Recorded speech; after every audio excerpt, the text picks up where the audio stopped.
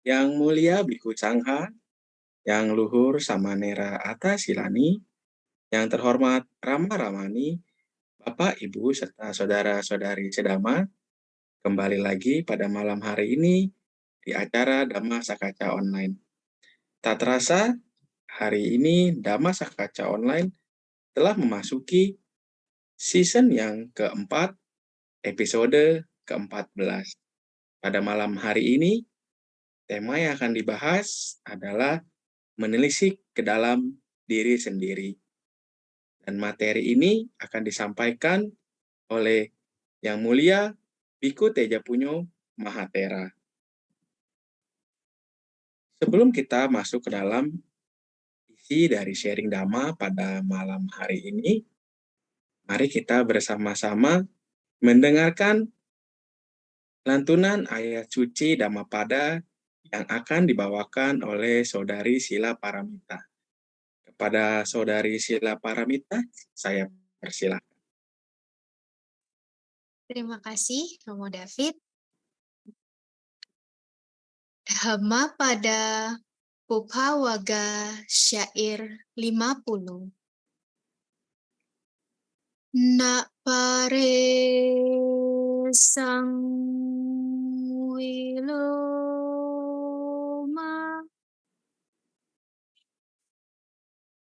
nak pare sang kata kata atano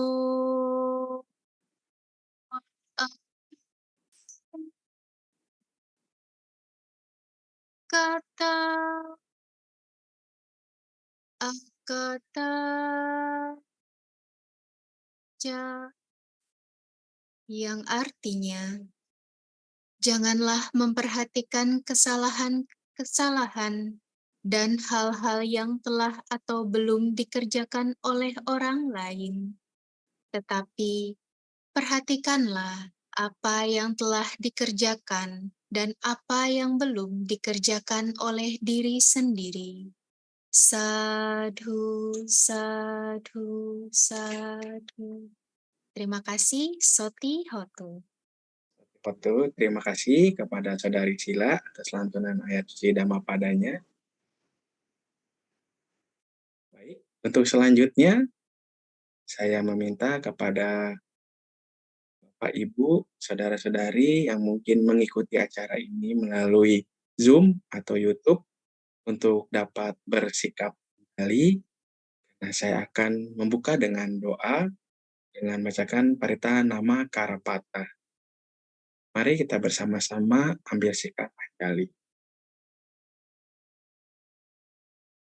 Arahang Samma Sambuddho Bhagawa Buddhang Bhagawantang Abhiwademi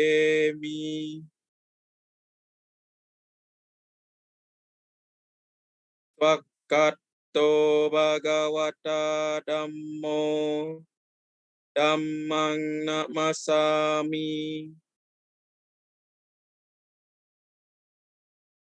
Supatipanno Bhagavato Sawaka Sanggo Sanggang Namami.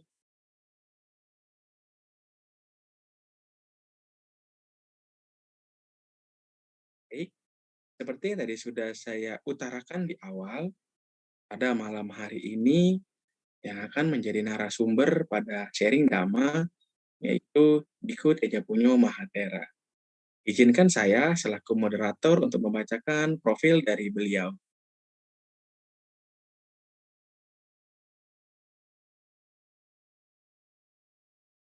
Biku Tejapunyo Mahatera, penahbisan Biku atau Upasampada, nama penahbisan Tejapunyo, tempat penahbisan Watungpo, Buiran di Thailand, tanggal penahbisan 10 Mei 1998, pukul 12:30 waktu Indonesia Barat.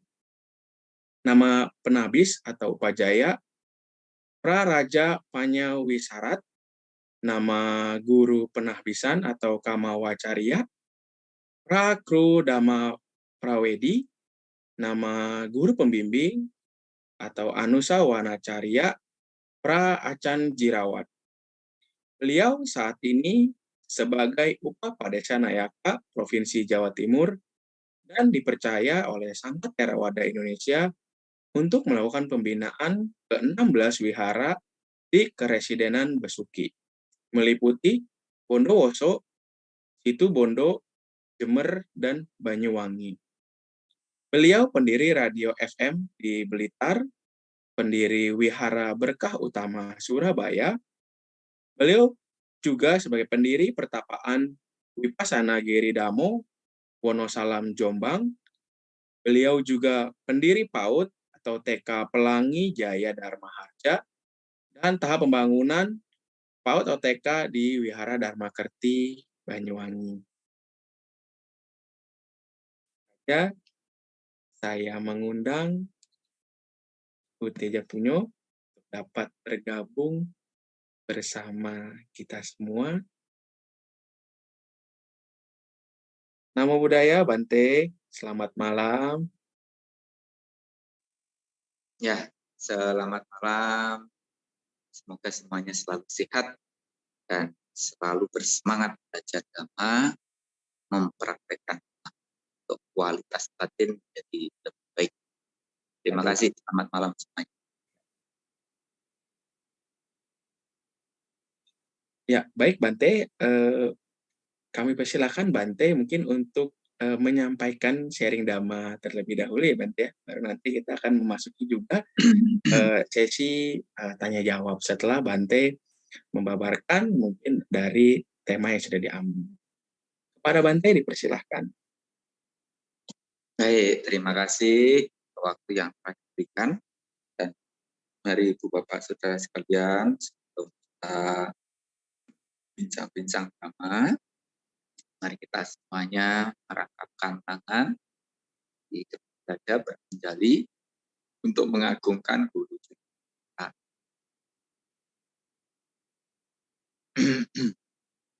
Namo tassa bhagavato arahato sama sambuddhassa. Namo tassa bhagavato arahato sama sambuddhassa.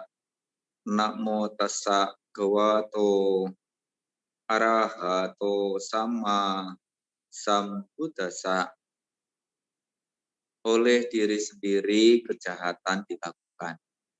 Oleh diri sendiri kejahatan tidak dilakukan. Oleh diri sendiri seseorang bisa menjadi suci.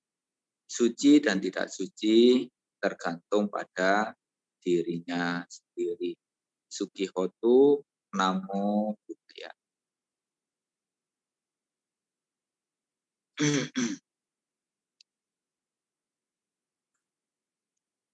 Nanti sampaikan banyak terima kasih karena semuanya, terutama Pemuda David yang malam hari ini menjadi moderator, dan juga Sila yang telah tadi membacakan syair Mapada. Romo, Ramani, Ibu, Bapak, dan juga saudara-saudara sekalian dimanapun berada, dikala kita mendengarkan Dhamma, tentu sepatutnya kita memiliki kesadaran dalam benar, yang kemudian harapannya bisa menimbulkan keyakinan, menimbulkan kebijaksanaan. Jadi kebijaksanaan ini memang salah satunya bisa kita dapatkan dengan cara seperti yang saat ini kita lakukan, yaitu dengan mendengarkan Dhamma, atau membaca buku-buku Dhamma, atau dengan belajar dari kehidupan yang terjadi dalam hidup kita sendiri, ataupun kehidupan yang terjadi pada orang-orang yang ada di sekeliling kita, atau juga dengan melaksanakan meditasi. Walaupun memang kebijaksanaan yang terbaik dari ketiga cara itu adalah dengan melaksanakan meditasi. Kenapa demikian? Karena seperti yang kita sering baca di dalam Dhamma Sati, bahwa Dhamma ini telah sempurna dibabarkan oleh guru agung kita Sama Sambuddha. Beliau sebagai guru dari para dewa dan manusia yang mengajarkan Dhamma ini. Beliau dikatakan orang yang telah mencapai kesempurnaan, sempurna pengetahuannya, sempurna tindak tanduknya, sempurna menempuh jalan kenikmatan. Mengenal segenap alam, pembimbing manusia yang tiada taranya, guru para dewa dan manusia, yang sadar yang patut dimuliakan. Beliaulah guru kita Sama Sambuddha. Kalau kita belajar kembali belakang tentang 3 macam jenis Buddha, ada Sama Sambuddha, ada Jika Buddha, dan juga ada Sawaka Buddha. Mereka semuanya adalah Buddha, yang walaupun ada perbedaannya. Sama Sambuddha orang mencapai penerangan sempurna, dengan usahanya sendiri bisa mengajarkan kepada orang lain, seperti hanya Sama Sambuddha Gautama ini. Kemudian Paceka Buddha, orang yang mencapai kebudaan, menjadi Buddha dengan usahanya sendiri, tapi tidak bisa mengajar kepada orang lain supaya orang lain bisa mencapai seperti yang beliau capai. Sawaka Buddha adalah orang yang mencapai kebudaan dengan belajar dari ajaran Sama Sambuddha. Dan tentunya kita semuanya punya kesempatan untuk bisa menjadi Buddha dengan cara mempelajari dan kemudian mempraktikkan, melaksanakan apa yang diajarkan dan dicontohkan oleh Sama Sambuddha. Ibu, Bapak, dan juga saudara-saudara sekalian, seperti yang tadi saya katakan, bahwa keyakinan dan juga kebijaksanaan dengan kita belajar dan terus belajar, harapannya ini akan bisa terus tumbuh. Tetapi tentunya dikala kita ini mempelajari tapi kemudian tidak dipraktekkan, maka kita sendiri belum mampu mengikis keraguan dengan total dalam batinnya masing-masing. Maka karena itulah sepatutnya kita mengarahkan apa yang telah kita yakini dan ketahui itu ke dalam diri kita. Itu cara untuk membuktikan dari Dhamma ini. Di Dhamma telah sempurna dibabarkan oleh guru agung kita, berada sangat dekat, tak lapor waktu mengundang untuk dibuktikan. Nah, cara membuktikannya bagaimana? Datang, melihat, membuktikan ke dalam batin masing-masing. Maka dikala kita mendengarkan Dhamma, sepatutnya kita memiliki kesadaran untuk menengok ke dalam batin masing-masing, supaya kita benar-benar bisa mengetahui dan merasakan bahwa Dhamma itu indah pada awalnya, pertengahan, dan juga pada akhirnya, di mana kita telah mampu menyelami, membuktikan di dalam batin. Nah, ini memang kalau kita belajar ajaran Buddha ini, ya kita tentunya juga tidak terlepas mempelajari riwayat kehidupan beliaunya. Dan kemudian selain itu ya mempelajari ajarannya dan kemudian kita praktekkan dalam kehidupan kita. Nah, kita tentunya semuanya, terutama juga umat Buddha, sudah pernah membaca atau mendengar cerita riwayat kehidupan Buddha. Walaupun kita sudah membaca, sudah mendengar tentang riwayatnya, kalau ditanya ke dalam diri sendiri, apakah kita yakin bahwa Buddha itu ada, pernah tinggal di dunia yang sama dengan kita? Mungkin kita juga masih menjawabnya ragu-ragu. Ada sedikit ataupun banyak keraguan itu muncul ada di dalam batin masing-masing. Karena hanya sekedar membaca ataupun hanya sekedar mendengar secara turun-turun. Nah, bagaimana cara untuk mengatasi keraguan-keraguan ini? Nah, kita mau datang, kita mau membuktikan, mau datang membuktikan, mau melihat tentang riwayat kehidupan Buddha ini, yaitu dengan cara kita pergi ke India. Ya. Jadi di sanalah tempat-tempat di mana dari mulai Pangeran Siddhartha dilahirkan, kemudian dibesarkan, mencapai penerangan sempurna, kemudian membabarkan dhamma sampai kemudian meninggal dunia. Semuanya banyak tempat-tempat itu adanya di India. Nah, kecuali yang tempat kelahiran saat ini adanya di Nepal. Nah, tetapi berkenaan dengan dhamma yang diajarkan oleh guru agama kita, cara untuk membuktinya kita sesungguhnya tidak perlu pergi kemana-mana. Ya. Jadi seperti halnya saat ini, Bapak Saudara sekalian, untuk membuktikan kebenaran dhamma, indahnya dhamma, ya tidak harus pergi ke wihara. Dengan media yang sekarang ada, kita bisa belajar dhamma. Dan tentunya kita bisa buktikan dhamma itu dengan mengarahkan perhatian kita ke dalam batin masing-masing. Mengingat waktu terus berlalu dan tujuan kita itu kan ingin hidupnya bahagia. Selama ini memang banyak orang yang memiliki pandangan pemahaman keliru tentang kebahagiaan. Karena itulah yang membuat sampai usia tua pun banyak orang yang belum benar-benar menemukan kebahagiaan atau merasakan kebahagiaan. Tapi semua orang masih terus berusaha mencari dan terus mencari di mana letak kebahagiaan itu berada. Dalam hal ini sering kita nyatakan, sering kita sampaikan bahwa kebahagiaan itu bukan terletak ada di luar kita, tetapi letaknya ada di dalam diri kita.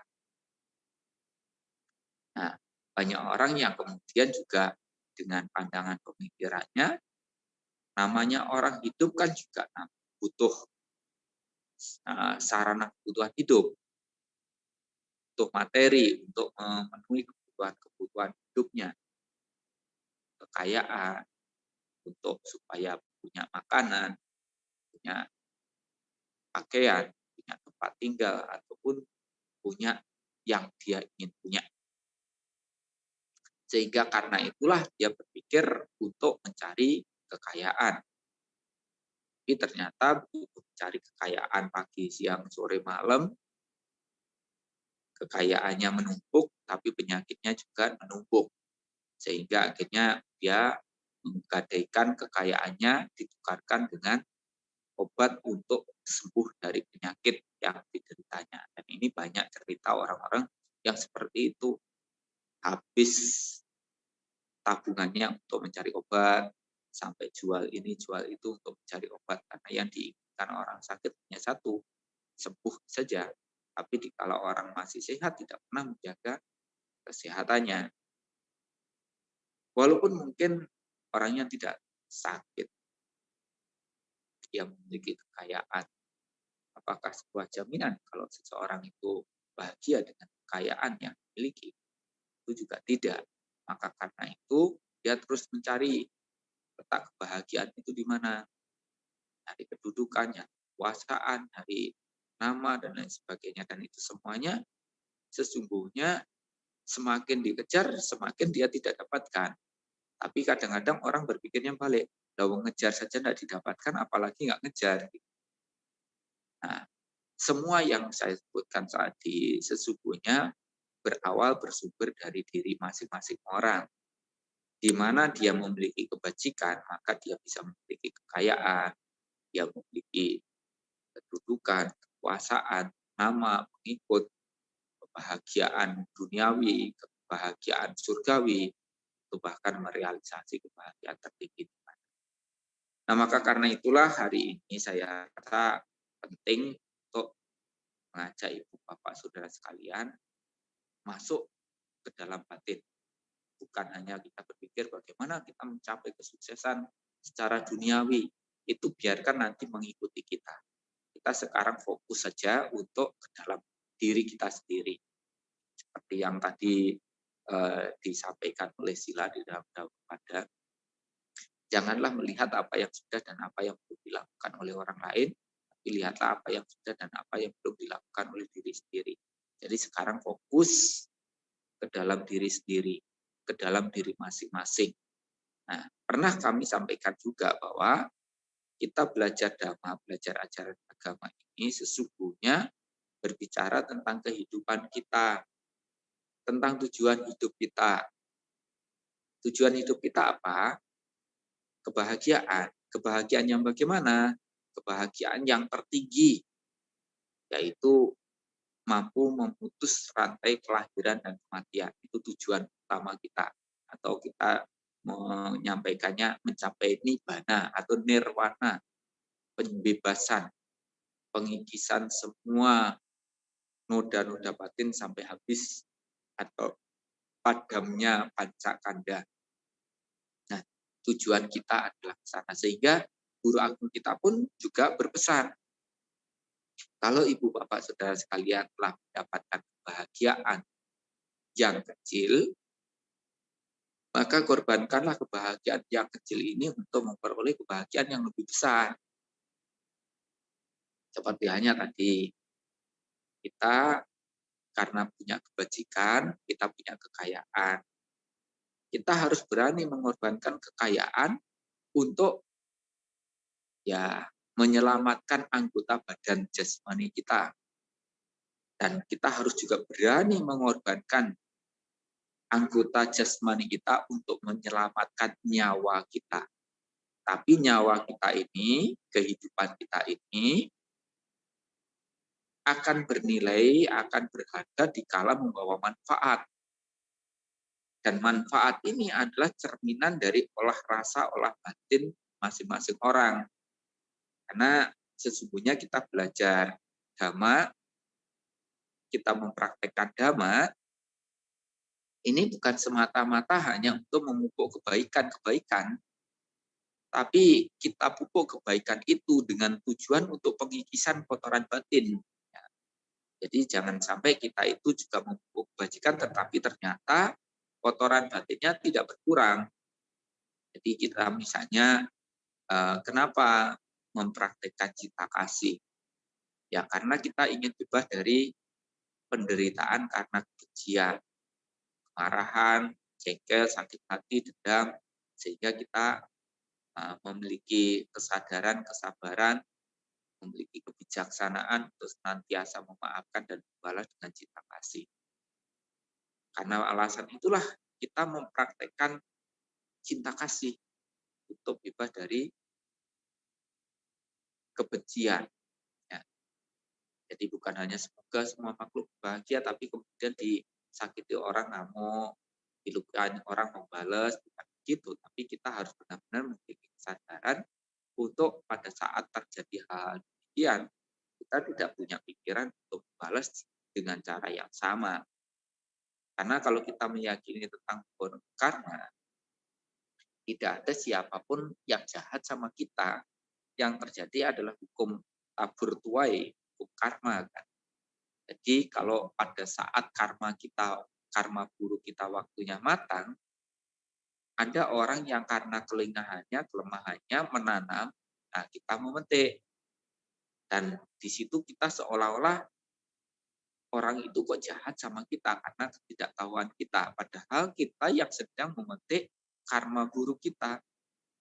Nah, kalau sudah memetik karma buruk kita, ya jangan menanam karma buruk lagi supaya tidak memetik hal yang buruk. Walaupun ini bukan hal yang mudah, tapi saya yakin Bapak Saudara sekalian dengan keyakinannya, dengan kebijaksanaannya, dengan kesadaran yang terlatih, kesabaran yang dimiliki, mampu untuk mengendalikan diri di setiap pikiran, ucapan, perilakunya, untuk supaya tidak membalas dengan cara yang sama.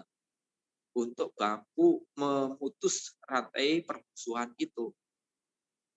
Ya mungkin bagi pandangan banyak orang mengatakan, kamu ini kok lemah, kamu diperlakukan begini, begitu, segala macam, kok diam saja. Kamu tidak berani ya, lemah sekali kamu. Orang mungkin pandangannya, pemikirannya begitu, karena biasanya yang terjadi kalau orang dilukai, disakiti, akan membalas. Atau ada juga yang mengatakan, saya ini kan manusia biasa, Bante. Kesabaran kan ada batasnya juga. Cuma sekarang permasalahannya harus ditanya, siapa yang membatasi kesabaran kamu? Yang membatasi kan dirimu sendiri, bukannya membatasi orang lain. Jadi semakin kita memiliki kesabaran yang bagus, saya rasa juga tidak ada batasnya.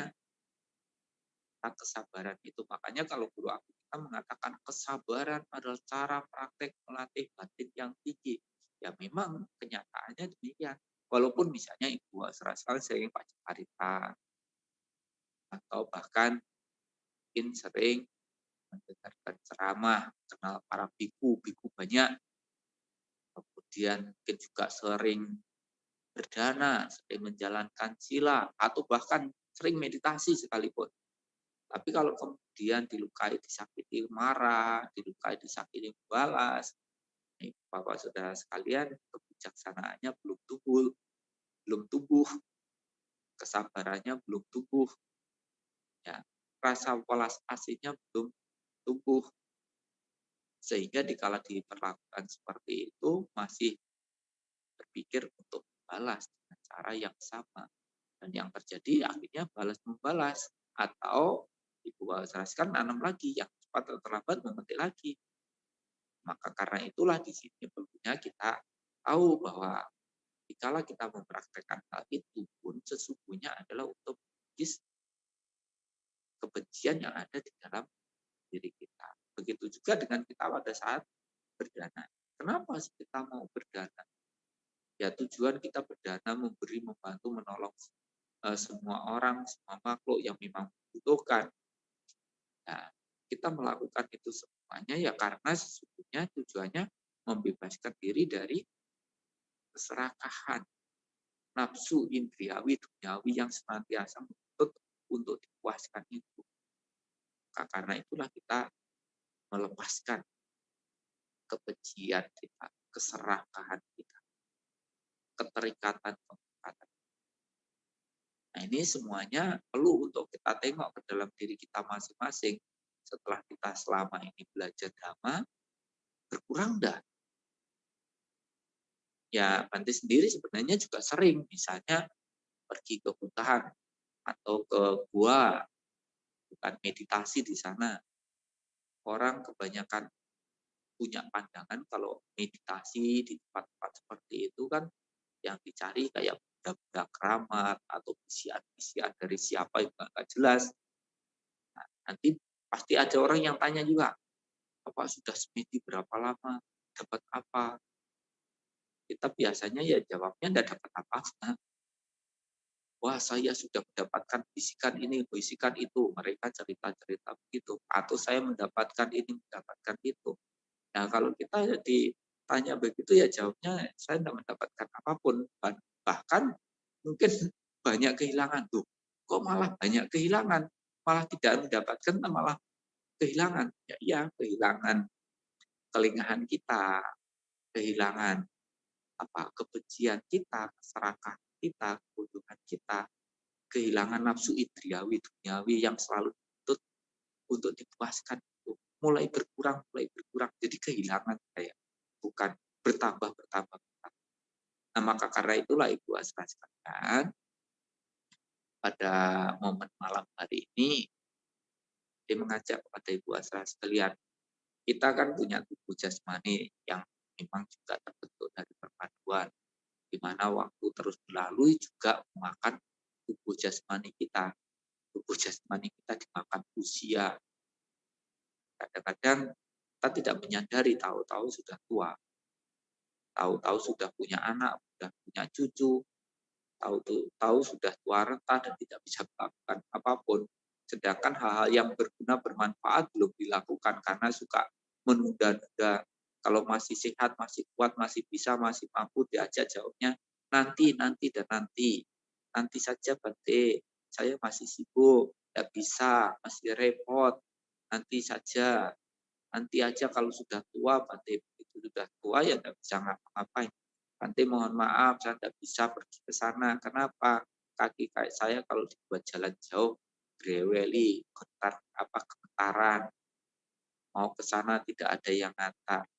Akhirnya tidak melakukan apapun yang sesungguhnya berguna bermanfaat bagi hidupnya.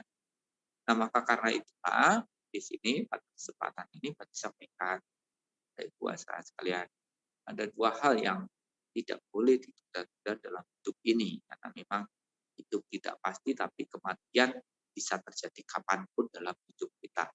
Hidup tidak pasti, tapi kematian adalah hal yang pasti. Maka karena itu, dua hal ini jangan pernah ditunda-tunda. Satu adalah berbuat kebajikan,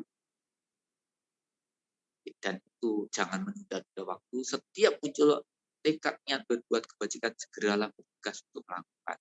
Yang kedua adalah mewujudkan bakti pada orang tua, bakti pada guru, pada orang-orang yang berjasa di dalam kehidupan kita. Dua hal ini sepatutnya tidak tertunda, karena ya bisa saja kita mati duluan atau orang tua kita meninggal dunia duluan, sedangkan kita belum berbuat apapun. Maka karena itu selama beliau masih ada, kita juga bisa wujudkan itu. Tidak menunda-nunda untuk berbakti kepada orang-orang yang berjasa. Dan cara berbaktinya itu sesungguhnya diawali dari memanfaatkan tubuh yang kita miliki selama masih sehat, masih kuat, masih bisa, masih mampu ini untuk senantiasa berbuat kebajikan. Nah, tapi karena tubuh jasmani ini terbentuk dari perpaduan, mungkin juga mengalami penuaan, mengalami sakit sana sini, kerusakan sana sini, dan bahkan bisa saja berujung pada kematian. Tapi buat saudara sekalian, sebelum itu terjadi, kita ini masih punya kesempatan untuk melakukan itu. Walaupun mungkin saat ini sudah tua, atau bahkan sudah sakit sekalipun. Selama kita masih hidup, kesempatan berbuat kebajikan itu masih bisa, yaitu kita lebih dalam lagi masuk ke urusan batin kita. Jadi kalau tadi awal-awalnya memperhatikan fisiknya, kebutuhan fisiknya, menggunakan fisiknya, kalau masih sehat, masih bisa, masih mampu, ya bisa aja kita melakukan kebajikan ke sana kemari. Tapi kalaupun misalnya kita sudah tidak bisa begitu, yang lebih penting daripada itu juga adalah memperhatikan rohani kita. Jadi kemarin ada yang bertanya kepada beliau, biasanya pergi ke hutan atau ke tempat-tempat yang sunyi begitu, dan rasanya ketakutan. Jadi saya ini penakut orangnya, kalau ke sana kemari itu saya ikut pemikiran macam-macam. Harita apa yang harus dibaca supaya menghilangkan rasa takut gitu. Kemudian saya cerita, saya dulu pernah tinggal di Thailand. Dan waktu itu saya juga tidak banyak hafal parita juga. Tidak hafal parita. Dan saya juga tidak memiliki jimat atau apa, tidak punya. Jimat saya hanya Buddha, Dhamma, dan Sangha. Jadi setiap hari, setiap waktu, setiap saat saya selalu berusaha untuk menjaga batin saya untuk tetap selalu sadar. Dari mulai bangun pagi sampai istirahat kembali itu berusaha untuk menjaga kesadaran secara berkesinambung. Mau di mana saja. Karena terkadang kita itu timbul ketakutan pada saat kita tidak mengetahui sesuatu yang sesungguhnya.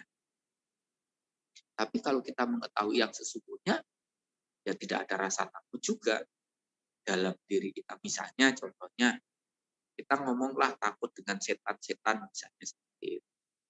Saya bilang, apa yang kamu takutkan dari setan? Setan itu siapa? Setan itu kan bisa saja ya keluarga kita, saudara kita, waktu masih hidup, pernah hidup bersama dengan kita. Tapi mereka telah meninggal dunia, dan karena perbuatan buruknya, mereka terlahir di alam seperti itu. Mereka berdarah-darah Bante, menyeramkan sekali. Coba Ibu Basra sekarang lihat tubuh jasmani Ibu Basra sekarang. Karena terbungkus kulit itulah yang tidak kelihatan yang aslinya. Padahal kalau kulitnya dikupas, ya kita juga berdarah-darah juga.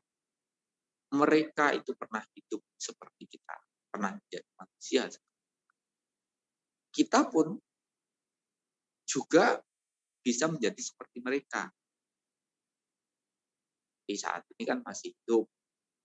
Kalau kita dalam menjalani hidup tidak hati-hati, meninggal dunia bisa menjadi seperti mereka juga. Nah, bisa saja mereka itu tunjukkan untuk supaya kita memberikan perhatian. Maka seperti sering sarankan juga, ya kita berbuat kebajikan kapanpun, cobalah melakukan limpahan jasa kepada para mendiang, leluhur-leluhur kita, semua makhluk yang ada hubungan karma dengan kita. Sehingga akhirnya, oh iya ya, ternyata mereka juga dulunya seperti saya. Saya pun juga akan menjadi seperti mereka. Dan kalau dibilang menyeramkan, ya tubuh jasmani kita ini pun juga menyeramkan juga. Kalau dibelek-belek, di dalamnya tubuhnya itu juga kayak gitu, jijikan. Tubuh yang tidak begitu tinggi, ini juga sarang dari semua penyakit dan hal-hal yang menjijikan juga ada di sana. Nah, kemudian kita misalnya takut dengan peti mati. Di sana ada peti mati. Nah, pernah juga saya timbul rasa takut dengan peti mati itu. Tapi kemudian saya datangi peti mati. Biasanya karena kalau ada orang meninggal dunia, biasanya itu kan siapkan ada peti mati ya. Ada yang berdana peti mati. Kalau belum ada yang meninggal dunia ya peti matinya nganggur. Yang artinya itu belum jadi peti mati karena masih belum digunakan oleh orang mati. Kalau nanti sudah digunakan oleh orang mati namanya peti mati. Tapi kalau belum digunakan oleh orang yang mati itu namanya bukan peti mati, kotakan. Jadi saya coba untuk datang ke kotakan. Ternyata ya tidak menakutkan dari kotakan itu. Ya sempat juga saya tidur lama di sana berhari-hari, berminggu tidur di kotakan itu. Karena ya memang belum digunakan untuk orang mati. Ini namanya bukan peti mati, tapi peti hidup ya, karena digunakan untuk tidur orang yang masih hidup. Namanya bukan peti mati. Jadi karena ketidaktahuan yang membuat kadang-kadang itu kita takut. Tapi kalau sudah tahu ya ternyata tidak perlu ketakutan juga. Nah, tapi terkadang memang juga kita tidak perlu mengetahui yang memang tidak sepatutnya diketahui juga. Tidak ada manfaatnya, maksudnya seperti itu. Ya, jadi pernah suatu saat kami ini kan tinggal di hutan. Saya tinggal di kamar atau butik yang jauh dari panti-panti yang lain. Jauh dari Damak Sala. Nah, kalau di negara Buddhis itu putih satu dengan putih yang lain, antara Dhammasala dengan putih itu jaraknya jauh-jauh. Saya suatu saat tinggal di putih yang jauh, saya memang melihat di sekeliling putih saya itu banyak lubang-lubang gitu. Tapi kan pikiran saya jaga dengan bagus, sehingga saya berpikiran bahwa orang kampung ya mungkin cari akar pohon untuk dibuka buat kayu bakar. Saya pikirannya seperti itu. Setiap malam saya itu mendengar juga ada orang menyanyi, ada orang berbicara, ada yang nangis, segala macam. Seolah-olah ya tempat saya tinggal itu kayaknya dekat dengan kampung atau dekat dengan pasar malam. Ya, saya mikirnya seperti itu. Nah, suatu saat ada gurunya itu bertanya, Ibu Edo, beliau bilangnya Pak Ido, biasanya Pak Ido, Ibu Indonesia, ya gimana kamu tinggal di sana? Tidak ada apa-apa. Kenapa? Saya tanya, wah, Pak Ido ini sakti ini kan. Beliau mungkin mikirnya itu ya saya punya apa-apa gitu. Padahal saya enggak punya apa-apa. Kemudian beliau mulai cerita kalau dulu pernah terjadi konfrontasi antara Thailand dengan Laos. Sehingga banyak orang yang meninggal dunia dan kemudian dikuburkan secara massal. Tempatnya membumikan itu ya di tempat yang saya tinggali itu. Baru saya tahu ternyata saya tinggal di tengah kuburan. Jadi orang-orang menggali-gali itu bukan mencari akar pohon, tetapi menggali tulang-tulang untuk kemudian dikremasi. Jadi karena mengetahui itu malah saya sulit konsentrasi, pikirannya mulai terbusik dan juga mulai timbul meriang-meriang dalam diri. Kadang-kadang tidak perlu tahu lah seperti itu lebih baik begitu. Padahal sebelum beliau cerita ya biasa-biasa saja. Tapi setelah dengar cerita begitu ya jadi meriang, saya harus belajar untuk adaptasi dengan kondisi yang. Nah, Ibu saudara sekalian, padahal sebenarnya ya tidak ada apa-apa juga, cuma permainan pikiran kita itu yang parah. Nah, tidak ada pun kita anggap ada. Dan kebanyakan memang demikian. Pikiran kita mengada-ada, padahal tidak ada. Maka kalau guru aku kita menyampaikan bahwa pikiran menjadi pemimpin, pelopor, untuk mendahului dari kondisi batin, ya memang benar. Kenyataannya itu kadang-kadang memang tidak ada, tapi pikiran aja yang macam sekali. Nah juga, waktu meditasi jalan, malam-malam, waktu itu saya sedang lengah. Pikirannya pulang ke Indonesia, ya ingat tentang cerita film di Indonesia kalau setan-setannya mengerikan itu. Begitu saya dalam kondisi kesadaran yang lengah, lemah kayak gitu, ada suara Jawa tuh beruang gitu. Saya kagetnya luar biasa, jantung rasanya berhenti berdetak. Bulu-bulu semuanya rasanya berdiri dengan kesimpulan ada setan jatuh. Setelah itu saya berjalan cepat masuk ke kelambu untuk menenangkan pikiran. Tapi setelah pikirannya mulai tenang, berangsur-angsur tenang, ya saya menjadi senyum-senyum sendiri juga. Ada biku karena suara bisa ngibrit lari jalan cepat. Kalau dipikir-pikir apa ya, ada setan kok bisa jatuh dari pohon lagi. Ya kalau orang jatuh dari pohon ya mungkin juga kan. Jadi kalaupun dia mau ya dia bisa kapan aja datang ke sini. Jadi kadang-kadang pikiran itu yang memperdaya diri kita sendiri. Maka karena itulah Ibu saudara sekalian, kita harus benar-benar mengetahui kondisi tubuh jasmani kita itu sebenarnya seperti apa, supaya tidak ada keakuan, tidak ada kesombongan tentang keberadaan tubuh jasmani kita, supaya tidak memandang rendah yang lainnya dengan menganggap tinggi diri kita. Nah, itu semuanya karena ketidaktahuan juga. Karena sesungguhnya yang membuat seseorang bernilai berharga itu bukan karena fisiknya, tapi karena kualitas batinnya yang kemudian tercermin di dalam setiap ucapan dan perilakunya. Kalau dia bisa mengucapkan kata-kata yang baik, perilaku yang baik yang bermanfaat, maka disitulah nilai kehidupan orang akan semakin bernilai, semakin berharga. Maka karena itu tugas utama kita dari kehidupan demi kehidupan yang kita jalani ini sesungguhnya adalah bagaimana kita mencapai kebebasan. Sehingga kita kalau memperoleh kebahagiaan yang kecil jangan terikat, jangan melekat. Nah, harus disadari kalau dinikmati sebentar dan kemudian kita melepaskan silakan saja, tapi tidak layak juga untuk kita melekati itu. Kenapa? Karena apa yang menimbulkan keterikatan itu akan menimbulkan penderitaan dikala itu rusak atau hilang dari kita, berpisah dengan kita. Akan benar-benar menimbulkan penderitaan dalam hidup kita. Karena kehidupan yang kita jalani tidak gampang, kita bergaul dengan banyak orang, ya hati-hati saja setiap pikiran, ucapan, perilaku kita.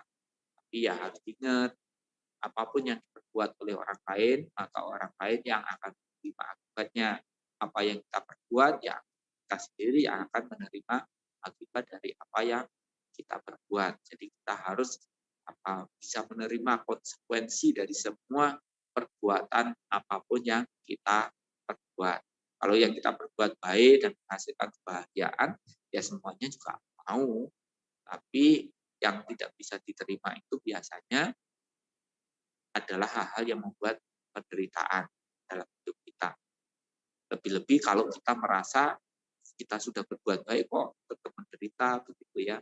Jadi karena itu kita sulit untuk bisa menerima, padahal kita tidak akan pernah memetik apabila itu bukan tanaman kita. Tapi kalau tanaman kita cepat atau lambat akan kita petik, karena perbuatan itu bagaikan bayang-bayang yang senantiasa mengikuti bendanya. Yang cepat atau lambat akan kembali diterima akibatnya oleh yang melakukannya. Semoga sedikit pesan ini bisa memberikan dorongan semangat bagi Bu Asra sekali untuk menggunakan, memanfaatkan waktu kehidupannya, menggunakan, memanfaatkan tubuh jasmaninya, sarana-sarana yang dimilikinya, atau pengetahuan-pengetahuan dhamma untuk satu tujuan, yaitu mencapai kebahagiaan yang adanya di dalam batin, yaitu bebas dari semua dan sekian, terima kasih. Semoga semuanya selalu sehat, selalu bahagia, dan tetap semangat di dalam belajar dhamma, mempraktikkan dhamma. Terima kasih. Baik, terima kasih Bante atas uraian sharing damanya. Begitu luar biasa Bante, bahkan ini ada masuk direct message kepada saya, udah ada 3 pertanyaan nih Bante. Tapi mungkin sebelum kita masuk ke Q&A, ini mau ada yang tampil Bante, mau ada performance dari Saudari Lifun nih. Wah, Saudari Lifun sudah siap ya. Ya, silahkan Cilipun. Iya. Sudah lama sekali ini juga tidak lihat dan tidak mendengar suara Cilipun ini. Biasanya beliau itu tampil di ini Indonesia Merayakan Perbedaan. Sering ditanya-tanyain, ada yang nyanyi enggak ini Cilipun kemana? Jarang sekali kelihatan nongol kayaknya. Bante sendiri beberapa kali datang juga. Ya silakan. Iya, agak sibuk Bante, maaf. Ya baik, selamat malam Bante. Mohon izinnya. Selamat malam Bapak Ibu, saudara-saudari sedama, Sutihonto Namo Buddhaya. Sama dengan judulnya ya, lagunya Diri Sendiri ya. Mari kita dengarkan sama-sama.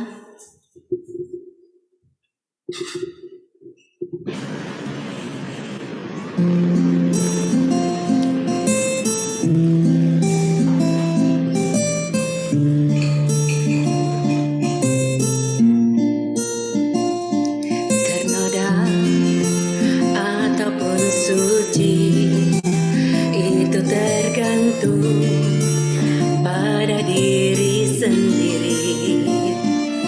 Adalah diri sendiri pelindung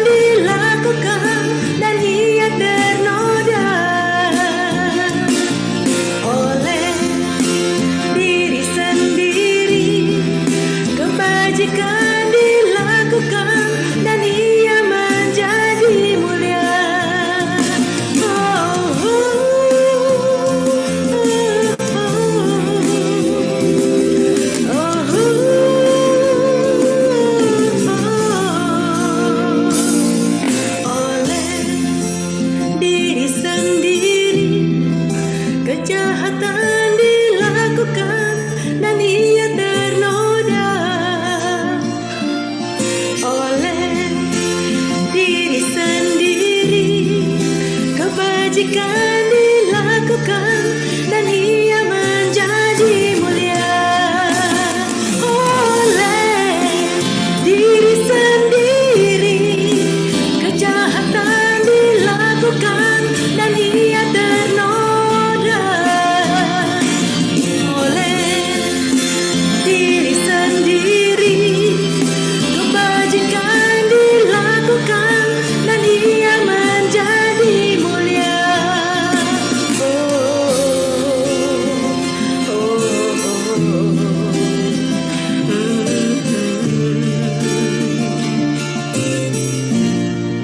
oleh diri sendiri.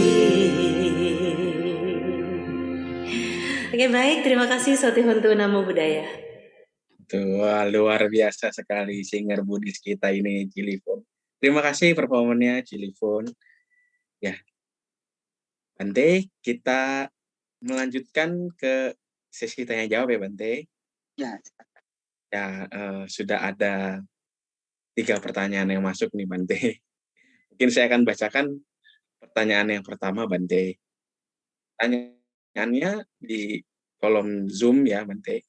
Pertanyaannya adalah, bagaimana kita sebagai seorang kalyanamita, Bante, seorang teman yang baik itu, kita mungkin memberikan arahan, Bante, arahan kepada mungkin teman kita yang selalu merasa benar, Bante. Orang mungkin memang secara pengetahuannya jauh lebih tinggi, mungkin secara damai juga jauh, tapi kadang-kadang yang diberikan atau diarahkan kepada yang lain itu sebenarnya kurang tepat, Bante. Nah, kita sebagai seorang kalyanamita, apakah kita acu tak acu aja, tidak usah pedulikan, atau bagaimana cara kita memberitahukan kepada yang bersangkutan agar mereka tidak ini, Bante, tidak tersinggung, Bante, dalam tanda kutip. Ya, Bante barang. baik. Jadi kita ini kan sosial, saudara sekalian. Kita berkumpul bergaul dengan banyak orang, dan banyak orang itu juga banyak pandangan, banyak pemikiran, banyak pendapat. Bisa saja kalau ada satu masalah disikapi 10 orang itu menjadi 10 pendapat. Ada satu masalah disikapi 100 orang menjadi 100 pendapat, dan masih seterusnya. Sehingga kita kalau memang ini harus berpikir dengan luas, bahwa semua orang itu pasti cara pandang pemikirannya masing-masing, dan kita memang harus bisa menghargai cara pandang pemikiran mereka. Tapi pada saat kita memang berkumpul bergaul dengan orang lain, kita berusaha untuk memberikan yang terbaik, melakukan yang terbaik yang bisa kita lakukan. Masalah nanti kita mengelolanya itu kayak apa, bagaimana, silahkan, itu masalah masing-masing. Tapi pada saat kita berkumpul bergaul dengan banyak orang, kita harus bisa menentukan hal yang terbaik yang kita bisa persembahkan. Maka kalau semuanya orang berpikir seperti itu, dimanapun kita berada atau kemanapun kita pergi akan membawa kerukunan, kedamaian, kebahagiaan, seperti itu. Jadi kita mengingat dari apa yang disampaikan oleh Sang Buddha juga, bahwa kata-kata yang indah, seindah apapun, tidak akan menjadi indah apabila diucapkan oleh orang yang tidak melaksanakannya.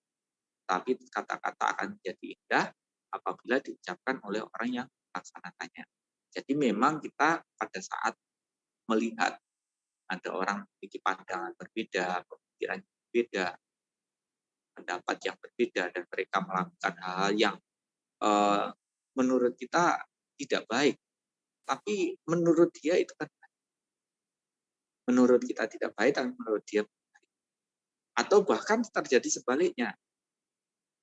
Apa yang kita perbuat, mungkin bagi dia itu tidak baik, tapi menurut kita itu adalah yang terbaik. Tapi kalau semua orang meyakini tentang hukum karma, semua perbuatan itu kan pasti akan kembali kepada si pelakunya. Mau dia berbuat kayak apa, bagaimana, ya kembali kepada dia. Mau kita berbuat kayak apa, bagaimana, ya kembali kepada diri kita. Dan dikala kita kalau misalnya memang mengetahui bahwa apa yang mereka perbuat akibatnya menimbulkan penderitaan, sebagai kalyana mita yang baik, dan karena kita sendiri memang juga telah mempraktekkan melaksanakan itu, maka kalau kita memberikan masukan, pandangan yang berbeda kepada teman kita tadi, akan didengarkan. Beda kalau kita ini, ya perilaku kita juga tidak benar, kemudian menasihati teman kita yang memang juga nggak benar. Nah, yang terjadi mungkin gegeran. Jadi supaya tidak gegeran, ya kita sendiri yang harus bisa mengajar diri kita sendiri supaya berbuat sesuai dengan ajaran. Baru kalau kita menyampaikan kepada orang lain, pasti akan didengarkan. Atau ya menggunakan bahasa yang bisa diterima juga. Saya sebagai teman misalnya, saya memiliki pandangan pemikiran seperti ini, bahwa yang kamu lakukan ini berakibat seperti ini, maka tidak sepatutnya untuk dilakukan. Jadi hati-hati juga, karena masa-masa seperti sekarang ini orang pada sensi-sensi sekali. Kita ngomong niatnya baik, tapi kalau sampai nyinggung itu bisa bermasalah, bisa berujung dengan masalah. Nah, coba kita niatnya baik, kita sampaikan dengan baik, tapi masih dipikirnya tidak bagus gitu kan. Sudah kita sampaikan begitu, dia tidak bisa terima, kita juga setelah menyampaikan itu juga nggak bisa terima, orang dinasihati kok nggak mau dengar, nggak mau berubah, kita malah marah-marah juga gitu kan. Tuh, jadinya sama-sama marah-marah gitu kan, malah nggak bagus juga. Ya kita niatnya harus benar-benar baik menyampaikan itu, dan kalaupun didengarkan atau tidak didengarkan, dia berubah atau tidak berubah, itu kan tergantung sama dia. Jadi kita pun juga tidak perlu sampai bertengkar, tidak perlu sampai kita marah-marah karena mempertahankan pandangan pendapat dengan argumentasi kita sendiri seperti itu. Jadi ya sudahlah, yang penting kita sudah tunjukkan, kita sampaikan. Kalau memang tidak didengarkan, ya silakan saja. Saya rasa juga para Bante juga sama. Beliau mungkin pagi, siang, sore, malam di jalanan. Kalau di Indonesia kan memang artinya jumlahnya sedikit. Pagi, siang, sore, malam juga mungkin pagi ceramah di mana, siang di mana, sore di mana, malam-malam baru pulang, misalnya kayak gitu kan. Tapi saya rasa beliau hanya sampai sebatas itu juga, memberikan ceramah, sampaikan dhamma seperti apa, bagaimana dengan contoh-contoh, dengan perumpamaan-perumpamaan supaya orang ngerti, supaya tahu, paham. Tapi kalau kemudian sudah memberikan semuanya seperti itu, kemudian umatnya tidak mau dengar, atau umatnya tidak mau mempraktekkan dan tetap menderita, kan bikunya tidak perlu sampai ikut meratap, nangis, bersedih, kenapa kamu ini tidak begini dan begitu, tidak begitu kan saya rasa. Jadi semua orang, semua makhluk harus disadari bahwa menentukan karmanya masing-masing. Begitu ya. Terima kasih. Ya, terima kasih Bante untuk jawabannya. Pertanyaan kedua Bante, ini masih juga melalui di Zoom. Bagaimana tips untuk umat awam memulai mengikis kilesa-kilesa Bante? Apakah dimulai dari sila Bante? Pertanyaannya. Ya. Baik, terima kasih. Jadi memang Ibu Asara sekalian, di dalam dhamma yang kita pelajari, yang kita yakini bisa membawa pada pembebasan ini, yang memang guru agung kita itu meyakini bahwa kita itu memiliki kemampuan itu. Tapi kita sendiri aja yang tidak memiliki keyakinan pada diri kita sendiri. Gitu kan? Sang Buddha yakin bahwa kita ini memiliki kemampuan untuk bisa mencapai kesempurnaan seperti yang beliau capai. Maka karena itulah beliau mengajarkan kepada kita. Coba kita tanya. Beliau mau ajar kepada kita enggak kalau seumpamanya apa yang diajar ini tidak bisa dipelajari, tidak bisa dipraktekkan, atau bisa dipelajari, bisa dipraktekkan, tapi tidak bisa membawa pembebasan. Kira-kira beliau mau ajar enggak? Saya rasa jawabnya enggak. Apa gunanya ngajarin kalau kemudian tidak berguna, tidak bermanfaat, tidak membawa pada pembebasan. Tapi karena beliau mengetahui, melihat bahwa kita manusia memiliki potensi untuk mencapai itu, maka karena itulah beliau mengajarkan kepada kita. Cuma kita sendiri yang tidak memiliki kepercayaan terhadap diri kita sendiri. Bante, saya ini kan orang biasa, saya ini kan awam, mana bisa sih mencapai begini dan begitu. Nah, itu kan orang sebelum berperang sudah kalah duluan kan seperti itu. Jadi kalau kita mau ya cobalah memulai mengawali dari hal-hal yang kecil karena kan ya di dalam Dhamma ini beliau sampaikan kebajikan yang terendah, terkecil sampai yang tertinggi itu disampaikan di dalam ajaran ini. Nah, semuanya tergantung pada tingkat keyakinan, tingkat kebijaksanaan dan kemampuannya masing-masing orang gitu. Jadi semakin orang memiliki keyakinan, maka semakin hormatlah dia kepada Buddha, Dhamma, dan Sangha.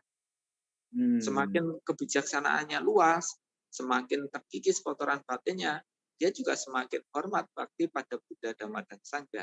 Seperti halnya padi yang berisi, dia akan semakin merunduk seperti itu.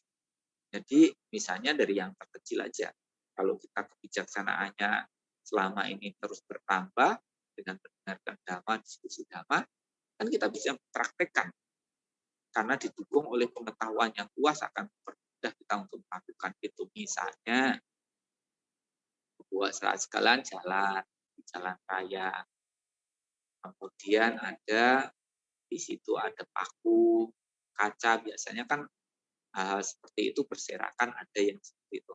Nah, kita ambil, kita taruh di tempat yang aman. Itu sudah berbuat baik. Niatan kita itu adalah sudah berbuat baik. Kan namanya karma itu tergantung pada niatan. Kita sendiri nanti lewat situ juga aman, orang lain lewat situ juga aman. Nah, atau misalnya di rumahnya Ibu Asra sekalian ada lubang.